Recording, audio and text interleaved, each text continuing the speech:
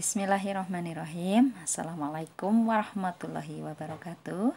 Ayah bunda yang dirahmati Allah dan anak-anak solih-solihat, hari ini Kamis 5 November 2020, anak-anak akan belajar tematik 3 subtema 4, pembelajaran 5 dan 6.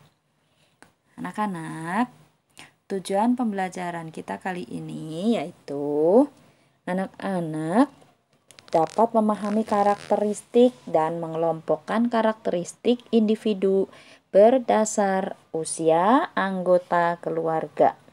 Kemudian, dengan mengamati gambar teks dan isi teks, anak-anak dapat menaksir harga barang dan beberapa pecahan uang. Berikutnya adalah anak-anak mampu membuat prakarya dari bahan buatan. Baik anak-anak, kita lanjutkan ya. Anak-anak tentunya sering ya berkunjung ke rumah kakek, nenek apabila masih ada ya. Nah, di sini pada halaman 141 itu ada bacaan, anak-anak bisa amati ya. Coba dibaca pelan-pelan. Kemudian diperhatikan tanda bacanya. Tanda bacanya titik, koma ya. Kalau ada koma tidak ditabrak. Kalau ada titik juga harus berhenti sejenak. Ya, baik anak-anak. Nah, selanjutnya kita coba ya untuk mengenal anggota keluarga Siti. Zahra adalah anak dari Pak D. Ini kalau orang Jawa, kalau orang Sunda, Wa ya. Pak D atau Wa itu adalah kakak dari ayah. Nah, ketika kelas 1, anak-anak sudah dikenalkan ya dengan anggota keluarga.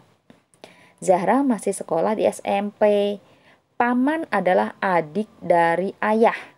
Ya, adik dari ayah atau ibu itu kalau laki-laki dipanggilnya paman atau emang di Sunda ya. Pakli kalau di Jawa atau om Indonesianya ya. Kami memanggil paman Pakli ya itu ya karena ini Zahra dari Jawa nih. Kemudian di sini anak-anak perhatikan itu ada Siti itu anak-anak, Zahra itu remaja, paman itu dewasa, ayah dan ibu dewasa, kakek nenek pun adalah dewasa. Nah, di sini anak-anak akan mengenal perbedaan usia ya. Usia dihitung dalam tahun ya. 0 sampai 12 tahun itu kategori. Kategori itu artinya dikelompokkan ya. Dikelompokkan dalam anak-anak ya atau termasuk dalam anak-anak. Kalau 13 sampai 17 tahun usianya itu dikelompokkan dalam remaja. Kalau 18 tahun ke atas itu dimasukkan dalam kelompok dewasa. Bisa dipahami ya anak-anak? Jadi kalau masih sampai usia 12 itu masih anak-anak ya. Mulai 13 sampai 17 itu remaja. Nah, berikutnya anak-anak coba ini lihat, perhatikan ya, pasangkan usia dan kelompok yang sesuai. Perhatikan ya, ini ada di halaman 145. 6 tahun ini termasuk kategori anak-anak. Kemudian 62 tahun ini termasuk kategori dewasa. 13 tahun termasuk kategori remaja. 20 tahun termasuk kategori dewasa. 35 tahun termasuk kategori dewasa. Jadi ada berapa yang dewasa anak-anak? Ada 3. Yang remaja ada 1 dan yang anak-anak ada 1. Iya, baik, kita lanjutkan. Bisa dipahami ya? Ya, di dalam keluarga misalnya anak-anak, ada kakek nenek itu termasuk dewasa. Kalau ada sepupu yang usianya 15 tahun, masuknya apa coba? Iya, betul, masuknya remaja. Oke. Nah, anak-anak, perhatikan ya ini. Setelah mengunjungi Ani, ya Siti dan keluarga kembali ke rumah. Kakek nenek sangat senang. Siti berkunjung ke rumah. Siti dan Ali diberi sejumlah uang oleh nenek. Siti dan Ali masing-masing mendapat uang 5.000. Nah, Siti dan Ali membelanjakan uang mereka. Coba kalian tentukan kemungkinan pecahan uang kembalian yang mereka terima.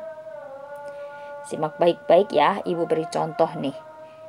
Uang kembaliannya itu adalah 5.000 dikurangi 2.000. Hasilnya 3.000. Nah, kemungkinan kembali ya, kemungkinan kembalian adalah 1 lembar 2.000-an dan 1 lembar 1.000-an.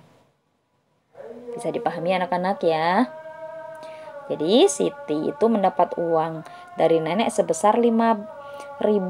Siti membeli pensil seharga 2.000. Nah, kira-kira berapa kemungkinan kembaliannya?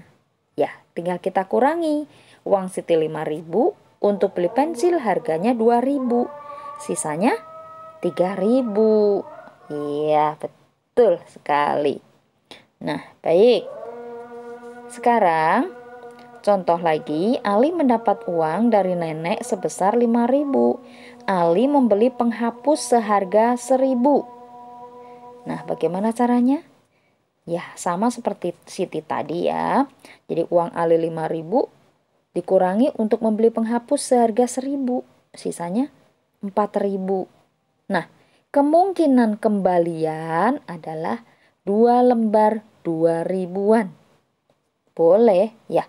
Kalau misalnya penjualnya tidak punya 2.000-an, boleh pakai 1.000-an? Boleh. Ya, 4.000 kalau ditukar dengan 1.000-an, ada berapa banyak 1.000-annya? Betul, ada 4 1.000-annya. Ya, baik anak-anak, kita lanjutkan ya. Nah, anak-anak, kakek Siti itu adalah orang yang rajin, ya. Orang yang rajin, orang yang hebat. Kakek Siti itu pandai membuat prakarya. Nah, dari kakek Siti belajar membuat tempat pensil dari barang bekas. Nah, anak-anak bisa perhatikan ya, alat dan bahan. Ingat, alat dan bahan itu berbeda. Alat adalah yang digunakan untuk membuat sesuatu, ya, atau membentuk sesuatu.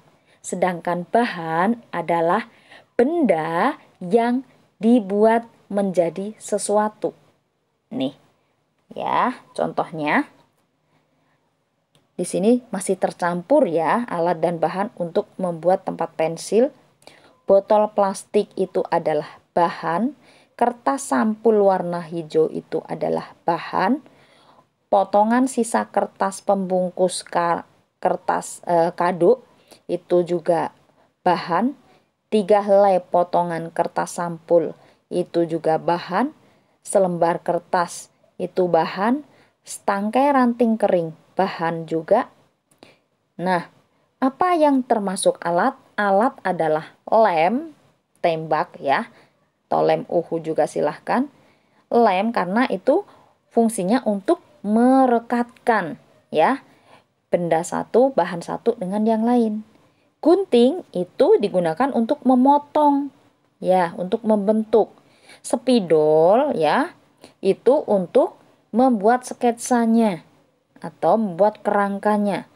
Mistar atau penggaris itu digunakan untuk mengukur. Nah, Itulah alat-alat ya. Alatnya jadi di sini adalah lem, gunting, spidol, dan mistar. Iya, baik. Berikutnya anak-anak simak baik-baik ya. Tugasnya apa? Tugas anak-anak yang disetor ke ibu adalah membuat tempat pensil. Anak-anak bisa melihat cara membuatnya ya, ada di halaman 153 sampai 156 nih ya. Nih semuanya ada di sini.